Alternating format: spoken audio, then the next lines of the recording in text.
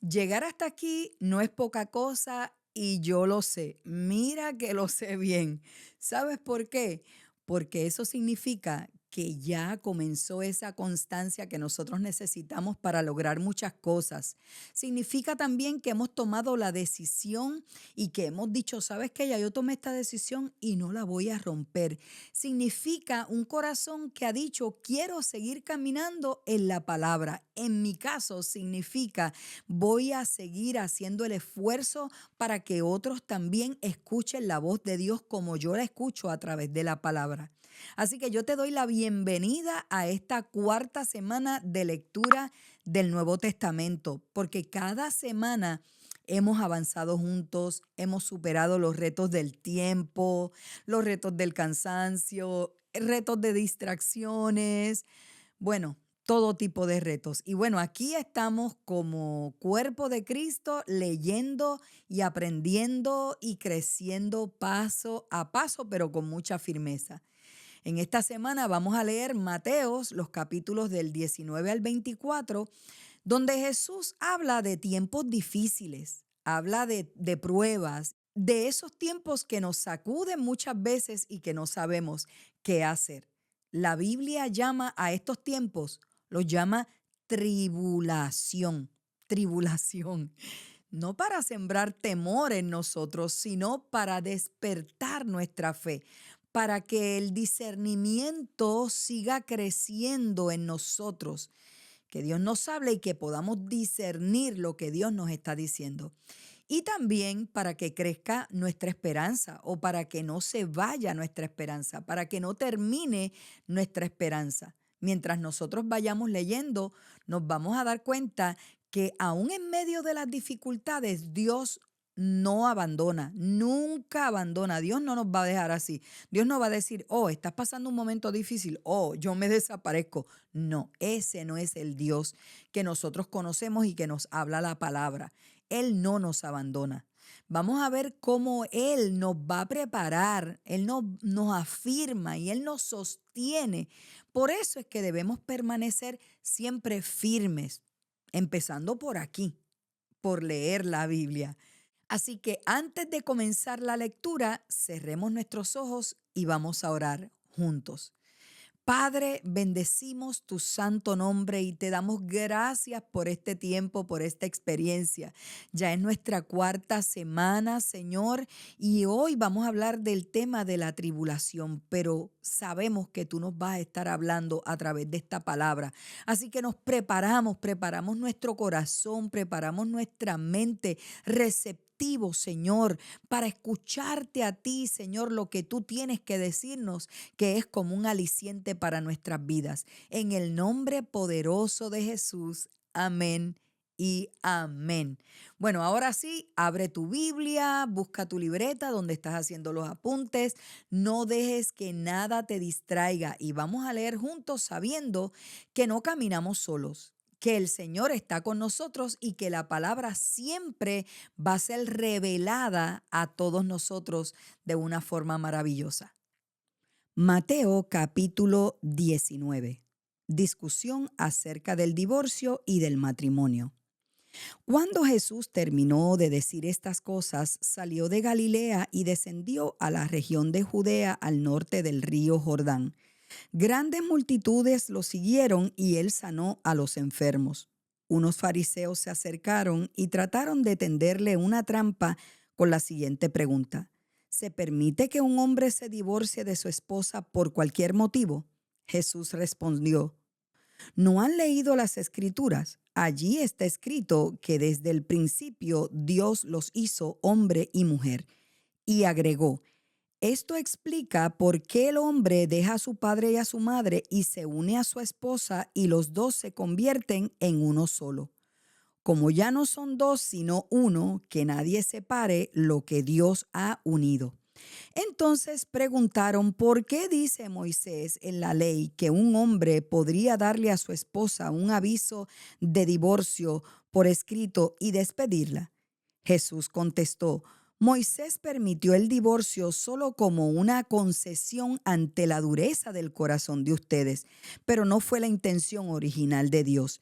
Y les digo lo siguiente, el que se divorcia de su esposa y se casa con otra comete adulterio, a menos que la esposa le haya sido infiel. Entonces los discípulos le dijeron, si así son las cosas, será mejor no casarse. No todos pueden aceptar esta palabra, dijo Jesús, solo aquellos que reciben la ayuda de Dios. Algunos nacen como eunucos, a otros los hacen eunucos y otros optan por no casarse por amor al reino del cielo. El que pueda, que lo acepte. Jesús bendice a los niños. Cierto día, algunos padres llevaron a sus niños a Jesús para que pusiera sus manos sobre ellos y orara por ellos. Pero los discípulos regañaron a los padres por molestar a Jesús. Pero Jesús les dijo, dejen que los niños vengan a mí, no los detengan, pues el reino del cielo pertenece a los que son como estos niños. Entonces les puso las manos sobre la cabeza y los bendijo antes de irse. El hombre rico. Alguien se acercó a Jesús con la siguiente pregunta: Maestro, ¿qué buena acción tengo que hacer para tener la vida eterna? ¿Por qué me preguntas a mí sobre lo que es bueno? Respondió Jesús.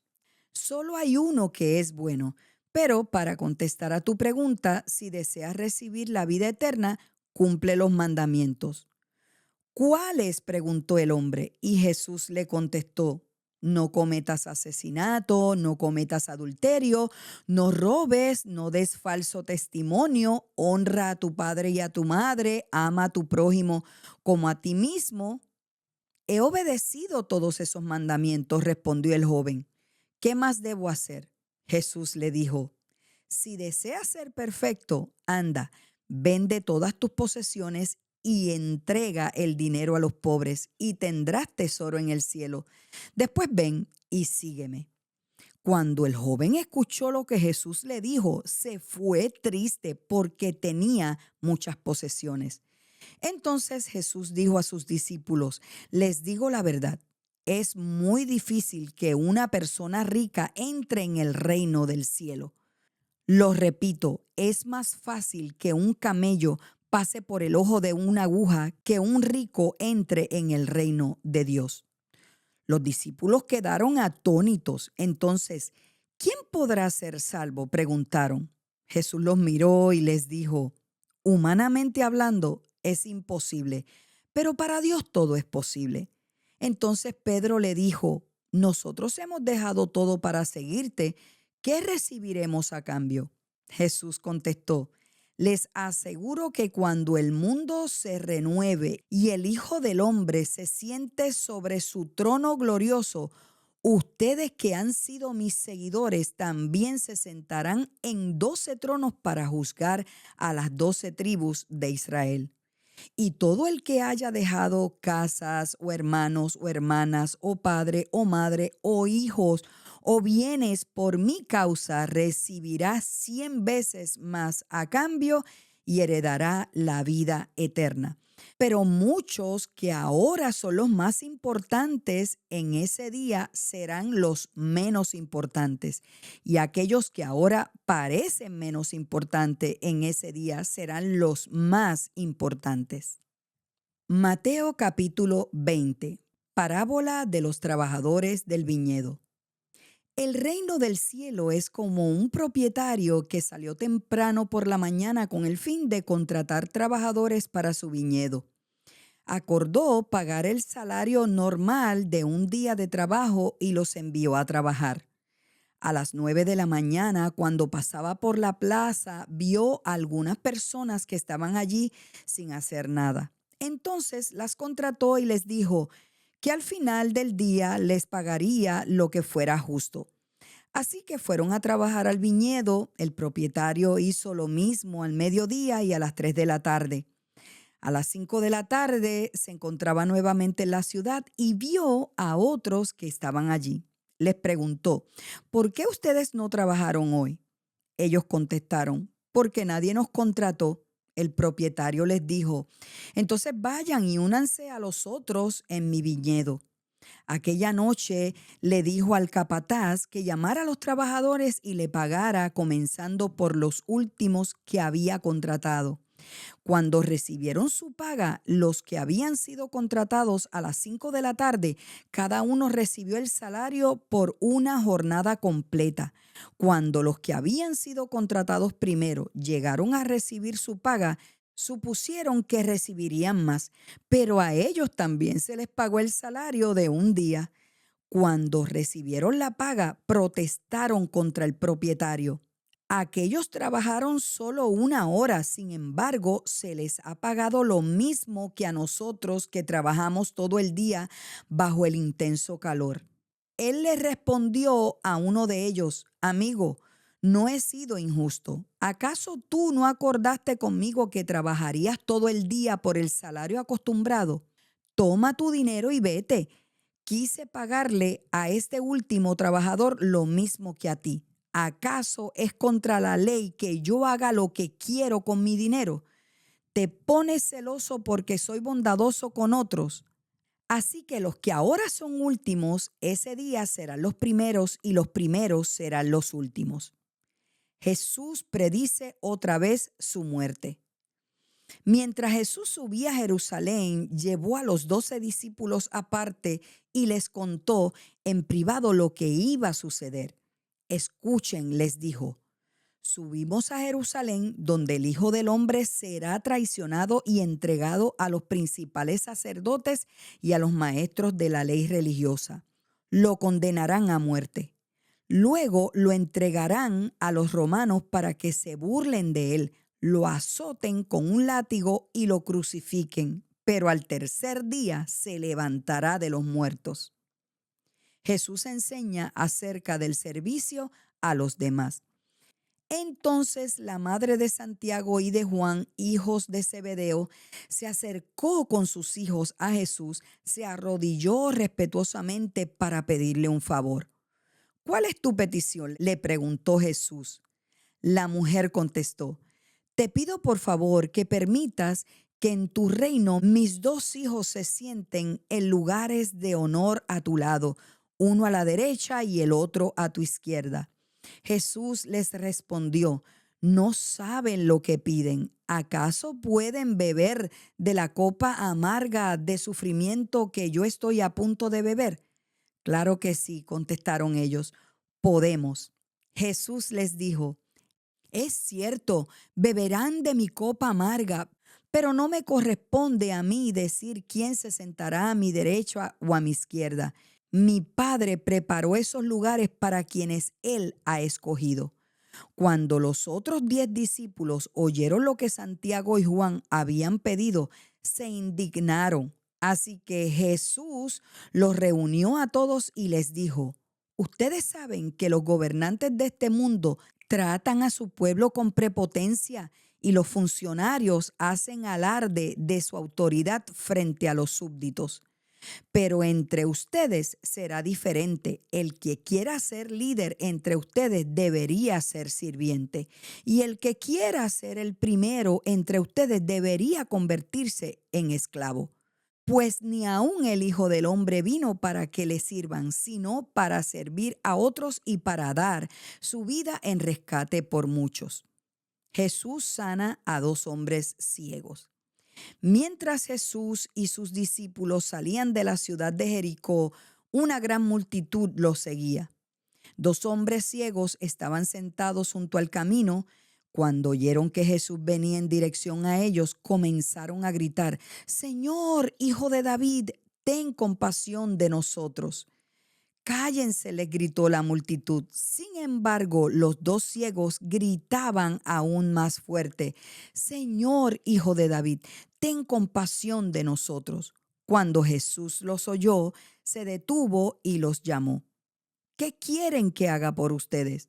Señor, dijeron, queremos ver. Jesús se compadeció de ellos y les tocó los ojos, y al instante pudieron ver. Luego los siguieron. Mateo capítulo 21. Entrada triunfal de Jesús. Mientras Jesús y los discípulos se acercaban a Jerusalén, llegaron a la ciudad de Betfagé En el monte de los olivos, Jesús mandó a 2 de ellos que se adelantaran. Vayan a la aldea que está allí, les dijo. En cuanto entren, verán una burra atada junto con su cría. Desaten a los 2 animales y tráiganmelos. Si alguien les pregunta qué están haciendo, simplemente digan, el Señor los necesita. Entonces les permitirá llevárselos de inmediato. Eso ocurrió para que se cumpliera la profecía que decía, dile a la gente de Jerusalén, mira, tu rey viene hacia ti. Es humilde y llega montado en un burro, montado en la cría de una burra. Los 2 discípulos hicieron tal como Jesús les había ordenado. Llevaron la burra y su cría, pusieron sus prendas sobre la cría y Jesús se sentó allí. De la multitud presente, la mayoría tendió sus prendas sobre el camino delante de él y otros cortaron ramas de los árboles y las extendieron sobre el camino. Jesús estaba en el centro de la procesión y toda la gente que lo rodeaba gritaba, alaben a Dios por el Hijo de David. Bendiciones al que viene en el nombre del Señor. Alaben a Dios en el cielo más alto. Toda la ciudad de Jerusalén estaba alborotada a medida que Jesús entraba. ¿Quién es este?, preguntaban. Y las multitudes contestaban, es Jesús, el profeta de Nazaret de Galilea. Jesús despeja el templo. Jesús entró en el templo y comenzó a echar a todos los que compraban y vendían animales para el sacrificio. Volcó las mesas de los cambistas y las sillas de los que vendían palomas. Les dijo, las escrituras declaran, mi templo será llamado casa de oración, pero ustedes lo han convertido en una cueva de ladrones. Los ciegos y los cojos se acercaron a Jesús en el templo y él los sanó. Los principales sacerdotes y los maestros de la ley religiosa vieron esos milagros maravillosos y oyeron que hasta los niños en el templo gritaban, alaben a Dios por el Hijo de David. Sin embargo, los líderes estaban indignados. Le preguntaron a Jesús, ¿oyes lo que dicen esos niños? Sí, contestó Jesús. ¿No han leído las escrituras? Pues dicen, a los niños y a los bebés les ha enseñado a darte alabanza. Luego regresó a Betania, donde pasó la noche. Jesús maldice la higuera.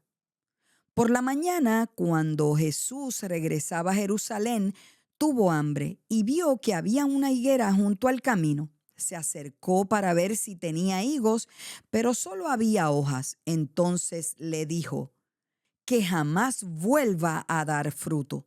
De inmediato la higuera se marchitó.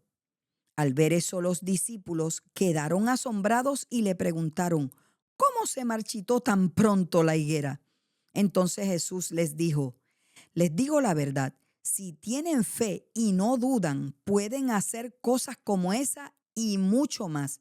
Hasta pueden decirle a esa montaña, levántate y échate al mar, y sucederá. Ustedes pueden orar por cualquier cosa y si tienen fe, la recibirán. Desafían la autoridad de Jesús. Cuando Jesús regresó al templo y comenzó a enseñar, se le acercaron los principales sacerdotes y los ancianos. ¿Con qué autoridad haces todas estas cosas?, les reclamaron. ¿Quién te dio el derecho? Les diré con qué autoridad hago estas cosas si me contestan una pregunta, respondió Jesús. ¿La autoridad de Juan para bautizar provenía del cielo o era meramente humana? Ellos discutieron el asunto unos con otros. Si decimos que provenía del cielo, nos preguntará por qué no le creímos a Juan. Pero si decimos que era meramente humana, la multitud se volverá contra nosotros porque todos creen que Juan era un profeta. Entonces finalmente contestaron, no sabemos. Y Jesús respondió, entonces yo tampoco les diré con qué autoridad hago estas cosas. Parábola de los 2 hijos. ¿Pero qué piensan de lo siguiente? Un hombre con 2 hijos le dijo al mayor, hijo, ve a trabajar al viñedo hoy. El hijo le respondió, no iré. Pero más tarde cambió de idea y fue. Entonces el padre le dijo al otro hijo, ve tú. Y él le dijo, sí, señor, iré. Pero no fue. ¿Cuál de los dos obedeció al padre? Ellos contestaron, el primero. Luego Jesús explicó el significado. Les digo la verdad, los corruptos, cobradores de impuestos y las prostitutas entrarán en el reino de Dios antes que ustedes, pues Juan el Bautista vino y les mostró a ustedes la manera correcta de vivir, pero ustedes no le creyeron, mientras que los cobradores de impuestos y las prostitutas sí le creyeron. Aún viendo lo que ocurría, ustedes se negaron a creerle y a arrepentirse de sus pecados. Parábola de los agricultores malvados. Ahora escuchen otra historia. Cierto propietario plantó un viñedo, lo cercó con un muro, cavó un hoyo para extraer el jugo de las uvas y construyó una torre de vigilancia. Luego les alquiló el viñedo a unos agricultores arrendatarios y se mudó a otro país. Llegando el tiempo de la cosecha de la uva, envió a sus siervos para recoger su parte de la cosecha. Pero los agricultores agarraron a los siervos, golpearon a uno, mataron a otro y apedrearon a un tercero. Entonces el dueño de la tierra envió a un grupo más numeroso de siervos para recoger lo que era suyo, pero el resultado fue el mismo. Finalmente, el dueño envió a su propio hijo porque pensó, sin duda respetarán a mi hijo. Sin embargo, cuando los agricultores vieron que venía el hijo, se dijeron unos a otros, aquí viene el heredero de esta propiedad. Vamos, matémoslo y nos quedaremos con la propiedad. Entonces lo agarraron, lo arrastraron fuera del viñedo y lo asesinaron. Jesús preguntó, cuando el dueño del viñedo regrese, ¿qué les parece que hará con esos agricultores? Los líderes religiosos contestaron, a los hombres malvados les dará una muerte horrible y alquilará el viñedo a otros que le dará su porción después de cada cosecha. Entonces Jesús les preguntó, ¿nunca leyeron en las Escrituras? La piedra que los constructores rechazaron ahora se ha convertido en la piedra principal. Esto es obra del Señor y es maravilloso verlo. Les digo que a ustedes se les quitará el reino de Dios y se le dará a una nación que producirá el fruto esperado. Cualquiera que tropiece con esa piedra se hará pedazos y la piedra aplastará a quienes les caiga encima. Cuando los principales sacerdotes y los fariseos oyeron esa parábola, se dieron cuenta de que contaba esa historia en contra de ellos, pues ellos eran los agricultores malvados. Querían arrestarlo, pero tenían miedo de las multitudes que consideraban que Jesús era un profeta. Mateo capítulo 22. Parábola de la gran fiesta. Jesús también les contó otras parábolas. Dijo, el reino del cielo también puede ilustrarse mediante la historia de un rey que preparó una gran fiesta de bodas para su hijo. Cuando el banquete estuvo listo, el rey envió a sus sirvientes para llamar a los invitados, pero todos se negaron a asistir. Entonces envió a otros sirvientes a decirle, la fiesta está preparada. Se han matado los toros y las reses engordadas y todo está listo. Vengan al banquete.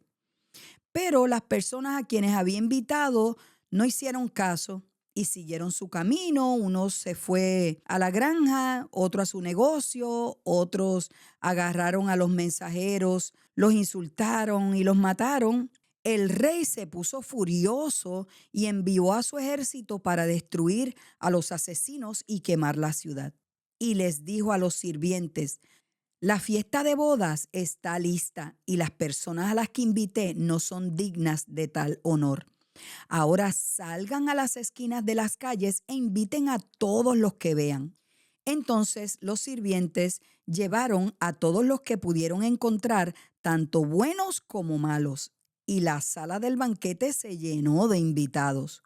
Cuando el rey entró para recibir a los invitados, notó que había un hombre que no estaba vestido apropiadamente para una boda.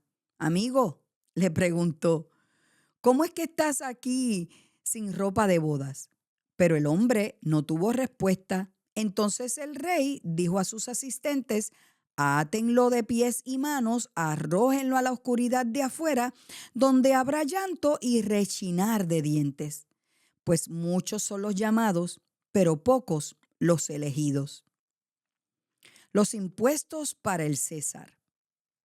Entonces los fariseos se juntaron para tramar cómo hacer que Jesús cayera en la trampa de decir algo por lo cual pudiera ser arrestado.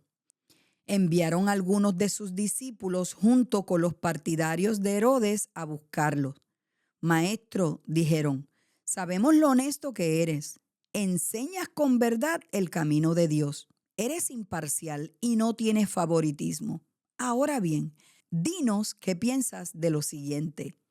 ¿Es correcto que paguemos impuestos al César o no? Pero Jesús conocía sus malas intenciones. Hipócritas, dijo, ¿por qué intentan atraparme?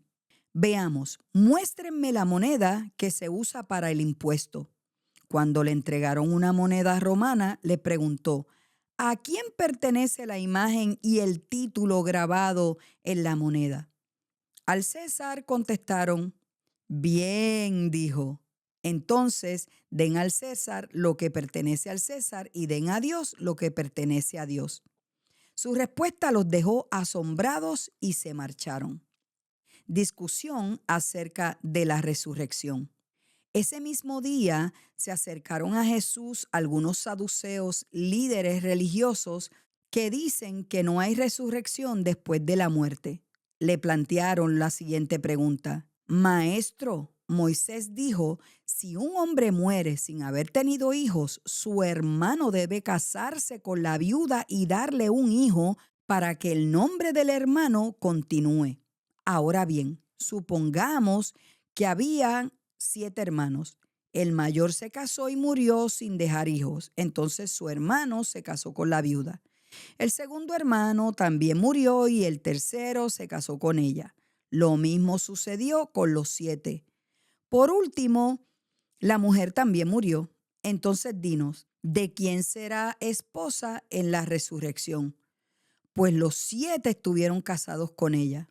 Jesús contestó, el error de ustedes es que no conocen las Escrituras y no conocen el poder de Dios. Pues cuando los muertos resuciten, no se casarán ni se entregarán en matrimonio. En este sentido, será como los ángeles del cielo. Ahora bien, en cuanto a si habrá una resurrección de los muertos, ¿nunca han leído acerca de esto en las Escrituras? Muchos después de que Abraham, Isaac y Jacob murieran, Dios dijo, yo soy el Dios de Abraham, el Dios de Isaac y el Dios de Jacob. Por lo tanto, Él es Dios de los que están vivos, no de los muertos. Cuando las multitudes lo escucharon, quedaron atónitas ante su enseñanza. El mandamiento más importante. En cuanto a los fariseos oyeron que había silenciado a los saduceos con esa respuesta, se juntaron para interrogarlo nuevamente. Uno de ellos, experto en la ley religiosa, intentó tenderle una trampa con la siguiente pregunta. Maestro, ¿cuál es el mandamiento más importante en la ley de Moisés? Jesús contestó, ama al Señor tu Dios con todo tu corazón, con toda tu alma y con toda tu mente. Este es el primer mandamiento y el más importante. Hay un segundo mandamiento que es igualmente importante. Ama a tu prójimo como a ti mismo. Toda la ley y las exigencias de los profetas se basan en estos 2 mandamientos. ¿De quién es hijo el Mesías? Entonces, rodeado por los fariseos, Jesús les hizo una pregunta. ¿Qué piensan del Mesías? ¿De quién es hijo? Ellos contestaron, es hijo de David. Jesús respondió, entonces, ¿por qué David, mientras hablaba bajo la inspiración del Espíritu, llamaba al Mesías mi Señor? Pues David dijo, el Señor le dijo a mi Señor, siéntate en el lugar de honor a mi derecha, hasta que humille a tus enemigos y los ponga por debajo de tus pies. Si David llamó al Mesías mi Señor, ¿cómo es posible que el Mesías sea su hijo? Nadie pudo responderle y a partir de entonces ninguno se atrevió a hacerle más preguntas. Mateo capítulo 23. Jesús critica a los líderes religiosos. Entonces Jesús les dijo a las multitudes y a sus discípulos, los maestros de la ley religiosa y los fariseos son los intérpretes oficiales de la ley de Moisés. Por lo tanto, practiquen y obedezcan todo lo que les digan, pero no sigan su ejemplo, pues ellos no hacen lo que enseñan. Aplastan a la gente bajo el peso de exigencias religiosas insoportables y jamás mueven un dedo para aligerar la carga. Todo lo que hacen es para aparentar. En los brazos se ponen anchas cajas de oración con versículos de la Escritura y usan túnicas con borlas muy largas. Y les encanta sentarse a la mesa principal en los banquetes y ocupar los asientos de honor en las sinagogas. Les encanta recibir saludos respetuosos cuando caminan por la plaza y que los llamen rabí. Pero ustedes no permitan que nadie los llame rabí, porque tienen un solo maestro y todos ustedes son hermanos por igual. Además, aquí en la tierra no se dirijan a nadie llamándolo Padre, porque solo Dios que está en el cielo es su Padre. Y no permitan que nadie los llame Maestro, porque ustedes tienen un solo Maestro, el Mesías. El más importante entre ustedes debe ser el sirviente de los demás. Pero aquellos que se exaltan a sí mismos serán humillados y los que se humillan a sí mismos serán exaltados. ¿Qué aflicción les espera, maestros de la ley religiosa y fariseos, hipócritas? Pues les cierran la puerta del reino del cielo en la cara a la gente. Ustedes no entrarán ni tampoco dejan que los demás entren. ¿Qué aflicción les espera, maestros de la ley religiosa y fariseos, hipócritas? Pues cruzan tierra y mar para ganar un solo seguidor y luego lo convierten en un hijo del infierno, 2 veces peor que ustedes mismos. Guías ciegos, qué aflicción les espera, pues dicen que no significa nada jurar por el templo de Dios, pero que el que jura por el oro del templo está obligado a cumplir ese juramento. Ciegos tontos, ¿qué es más importante, el oro o el templo que lo hace sagrado? Y dicen que jurar por el altar no impone una obligación, pero jurar por las ofrendas que están sobre el altar sí la impone. Qué ciegos son. Pues, ¿qué es más importante? ¿La ofrenda sobre el altar o el altar que hace que la ofrenda sea sagrada? Cuando juran por el altar y por todo lo que hay encima. Cuando juran por el templo, no solo juran por el templo, sino por Dios quien vive allí. Cuando juran por el cielo, juran por el trono de Dios y por Dios quien se sienta en el trono. ¿Qué aflicción les espera, maestros de la ley religiosa y fariseos, hipócritas? Pues se cuidan de dar el diezmo sobre el más mínimo ingreso de sus jardines de hierbas, pero pasan por alto los aspectos más importantes de la ley, la justicia, la misericordia y la fe.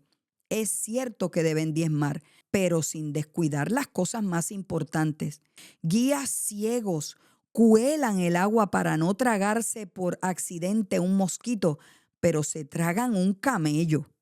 ¿Qué aflicción les espera, maestros de la ley religiosa y fariseos, hipócritas? Pues se cuidan de limpiar la parte exterior de la taza y del plato, pero ustedes están sucios por dentro, llenos de avaricia y se permiten todo tipo de excesos. Fariseo ciego, primero lava el interior de la taza y del plato y entonces el exterior también quedará limpio. ¿Qué aflicción les espera, maestros de la ley religiosa y fariseos hipócritas? Pues son como tumbas blanqueadas, hermosas por fuera, pero llenas de huesos de muertos y de toda clase de impurezas por dentro. Por fuera parecen personas rectas, pero por dentro el corazón está lleno de hipocresía y desenfreno. ¿Qué aflicción les espera, maestros de la ley religiosa y fariseos? Hipócritas, edifican tumbas a los profetas que sus antepasados mataron y adoran los monumentos de la gente justa que sus antepasados destruyeron. Luego dicen, si hubiéramos vivido en los días de nuestros antepasados, jamás nos habríamos unido a ellos para matar a los profetas. Así que al decir eso, dan testimonio en contra de ustedes mismos, que en verdad son descendientes de aquellos que asesinaron a los profetas.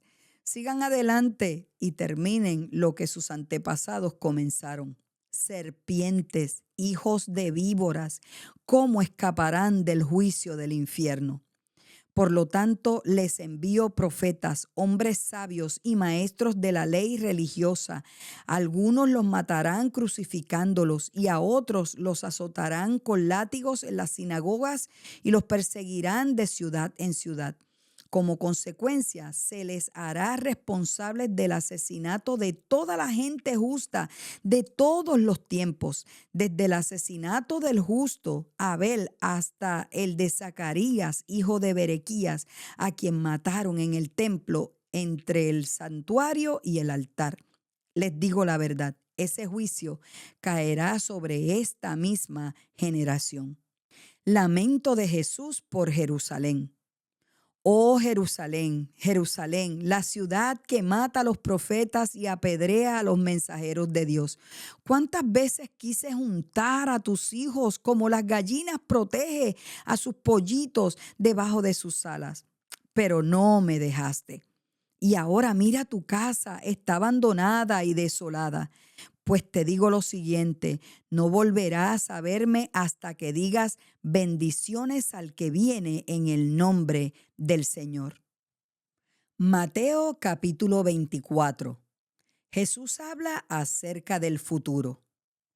Cuando Jesús salía del terreno del templo, sus discípulos le enseñaron los diversos edificios del templo.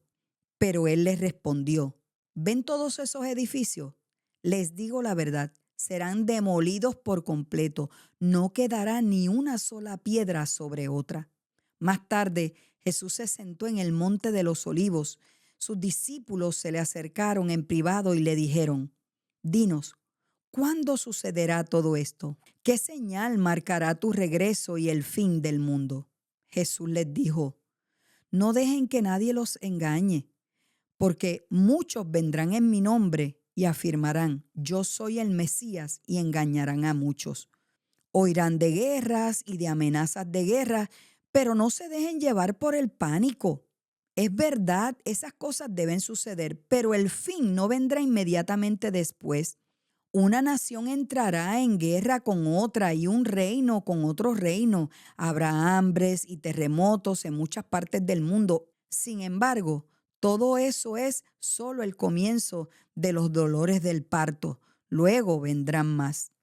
Entonces los arrestarán, los perseguirán, los matarán. En todo el mundo los odiarán por ser mis seguidores.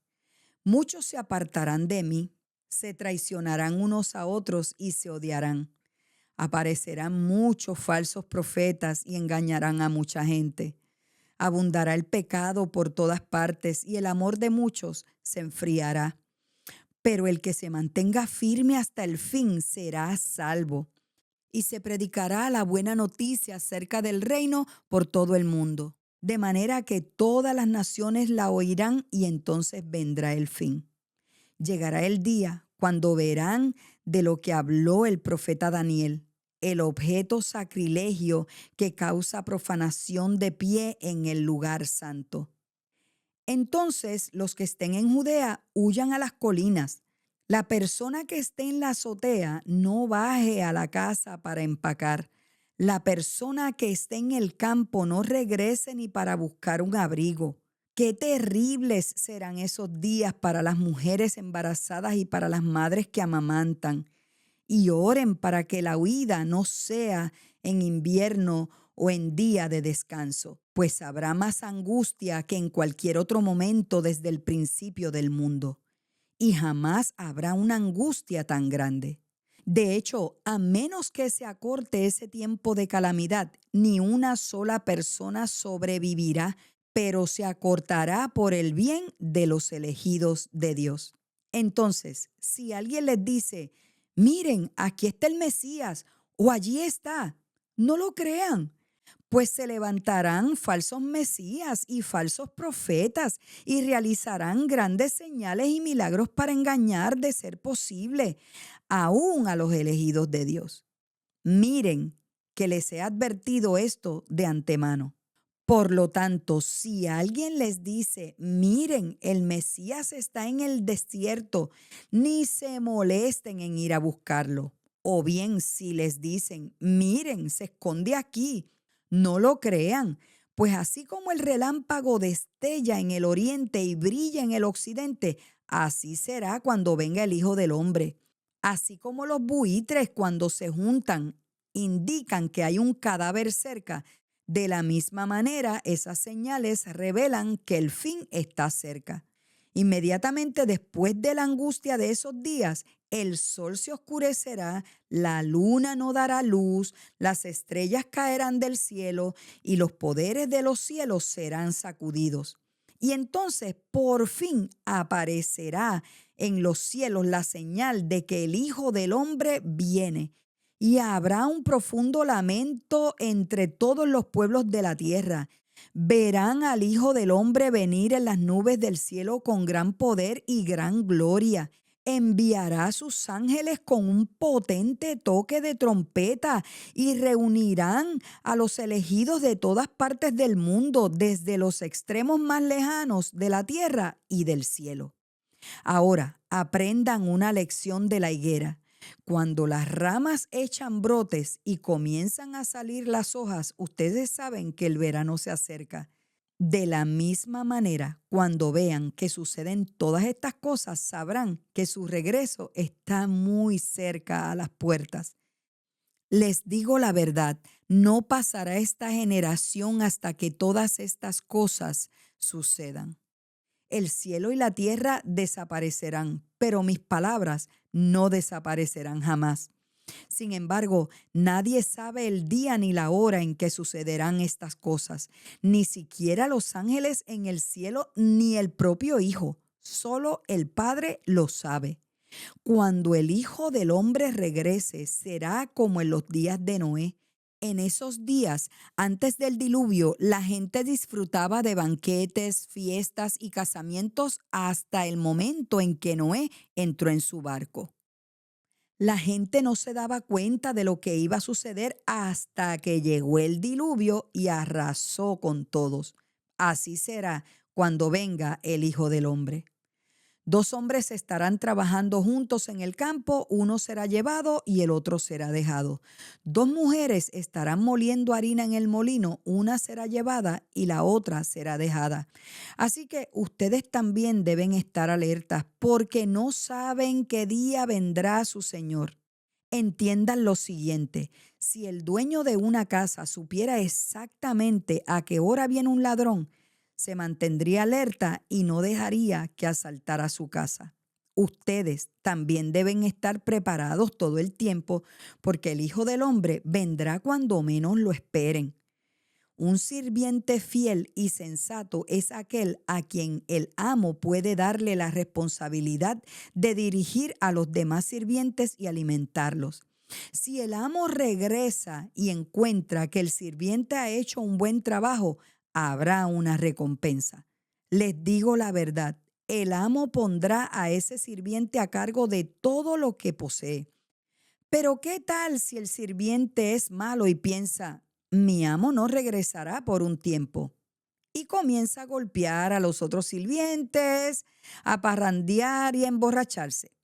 El amo regresará inesperadamente y sin previo aviso cortará al sirviente en pedazos y le asignará un lugar con los hipócritas. En ese lugar habrá llanto y rechinar de dientes. Bueno, la palabra que hemos leído hoy nos recuerda que los tiempos difíciles sí existen, pero también nos da la certeza de que Dios permanece fiel, que Él nunca te va a dejar, que Él no te deja sin dirección, que Él no te deja sin esperanza para nada. Él siempre va a estar contigo. Pero bueno, me da mucha alegría saber que has perseverado en la lectura de la Biblia, que te has mantenido ahí, que esa decisión que tomaste no fue en vano. ¿Sabes por qué? Porque no todos comienzan, pero tampoco todos continúan. Así que tú has estado aquí, has seguido hacia adelante y yo te felicito por eso, porque eso no tan solo cuenta porque yo lo estoy viendo, porque Dios lo está viendo también. Así que hemos llegado al final de la lectura de esta semana y quiero recordarte algo súper, súper mega importante. Mi deseo es que sigas siendo parte activa de esta experiencia de leer la Biblia. Pero si este tiempo de lectura te está edificando a ti, te alegra, Dios te habla, te está edificando, tienes un testimonio, por favor, quédate conectado a este canal. Caminemos juntos y acompáñanos en las próximas semanas, que ya de 52 semanas ya son 4 menos, así que ya nos queda menos tiempo. Si deseas, puedes dejar una reflexión, un comentario, escríbenos algo ahí, eso es importante. Un mensaje, un versículo bíblico, un testimonio. ¿Sabes por qué? Porque tu participación va a animar a otros que también están en este proceso de hacer el hábito de leer la Biblia. Ellos van a decir, oye, pero esta gente está leyendo la Biblia y está activada y yo quiero estar en esa comunidad, porque algo pasa con esa comunidad. Así que ese comentario ayuda a que otros también entren a leer la palabra y también nos ayuda a que el algoritmo comparta nuestros videos con otras personas. Así que te animo a dejar un comentario. Y si conoces a alguien que está atravesando un momento de dificultad, invítalo a leer con nosotros. La palabra siempre va a llegar en el momento oportuno, en el momento que ellos lo necesitan. Así que comparte esto con alguien que lo necesita. De seguro que conoces a alguien y yo sé que sí. Bueno, pues me despido ahora, que el Señor te guarde, que el Señor te bendiga, que el Señor te dé fortaleza, que el Señor afirme tu fe aún en medio de cualquier prueba o de cualquier situación.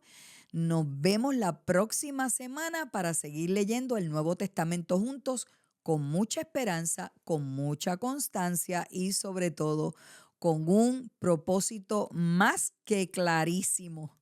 Chao.